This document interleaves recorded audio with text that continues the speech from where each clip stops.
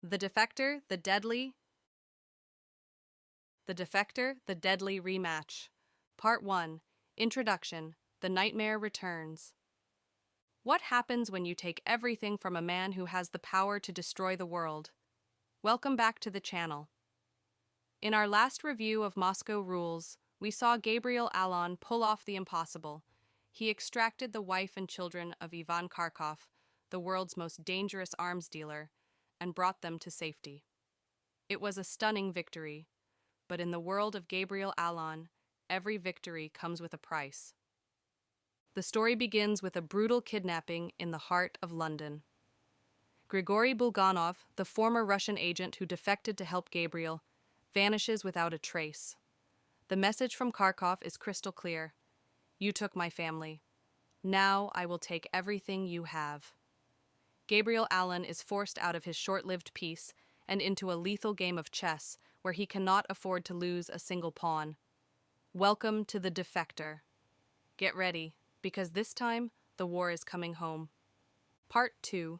Breathless, Plot Highlights, A Staircase of Treachery. 1. The Hunt on American Soil. The drama ignites when Gabriel realizes that Kharkov's reach is longer than anyone suspected. The trail leads to Washington, D.C., where Gabriel must coordinate with the CIA to protect Elena and her children in a high-security safe house. But Kharkov isn't just trying to kidnap them back. He is executing a sophisticated character assassination. He wants to destroy Gabriel's reputation and turn the international community against him. The tension is palpable as Gabriel realizes he is being manipulated by a mastermind who knows his every psychological trigger. 2. The infiltration of the Russian heart. The most heart-pounding sequence of the book occurs when Gabriel decides to do the unthinkable. He goes back into Russia. He refuses to leave Bulganov behind. The mission takes us to a remote, high-security prison in the frozen Russian wilderness. In a scene that defines visceral action, Gabriel must infiltrate the compound and rescue a man the world has already forgotten. Daniel Silva's description of the biting cold and the constant threat of the FSB creates an atmosphere of pure, suffocating suspense. 3. Betrayal and the Mole. The plot thickens as Gabriel discovers a leak within the Allied intelligence services. The Keech TNH, or the dramatic weight, shifts from external action to internal paranoia. Who can be trusted when a billionaire can buy anyone's loyalty?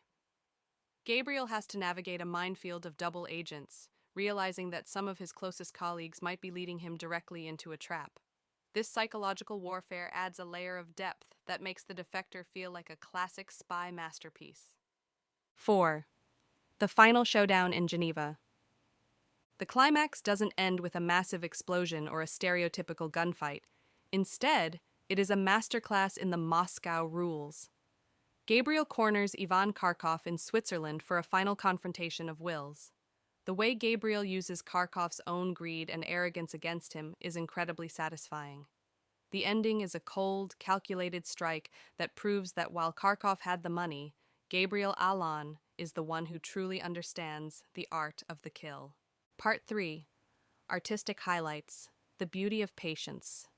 In The Defector, the process of Gabriel preparing his trap is compared to the meticulous work of art restoration. Silva shows us that a spy, like a painter, must have infinite patience. The highlight of the book's style is the way Gabriel peels back the layers of the conspiracy, one by one, just as he would remove layers of old varnish from a Titian or a Rembrandt. It is a brilliant metaphor for the character. He is a man who restores the world by carefully removing the filth that covers it. The prose is sharp and cinematic, capturing the contrast between the sterile halls of Langley and the brutal gray reality of a Russian gulag. Part 4. Analysis, when the war becomes personal. The core message of The Defector is a sobering one. In the world of intelligence, there is no such thing as a free victory. Gabriel has saved many lives, but he has sacrificed his own peace and the safety of his family to do it. The book explores the burden of the silent hero. It analyzes the moral cost of defecting, not just for Bulganov, but for Gabriel himself, who is constantly defecting from his own desire for a normal life. Silva challenges the reader to look at the human collateral of global politics, showing that the people who protect our freedom often pay for it with their own souls. Part 5. Conclusion. Farewell to a Villain. The Defector concludes one of the most intense arcs in the series. Ivan Kharkov remains one of the most memorable villains in modern fiction, a dark mirror to the oligarchies of the real world. His defeat marks the end of an era for Gabriel Allon, but it also signals his inevitable rise within the leadership of the Mossad. He is no longer just an operative. He is becoming a statesman of shadows. Thank you for joining me for this summary of Book 9. What did you think of the way Gabriel handled the rescue in Russia? Do you think Ivan Kharkov deserved a more violent end, or was the psychological defeat better?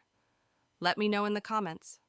Don't forget to like and subscribe to stay tuned for our next review, The Rembrandt Affair, where art and nuclear secrets collide. Until next time, keep your eyes on the shadows and stay vigilant.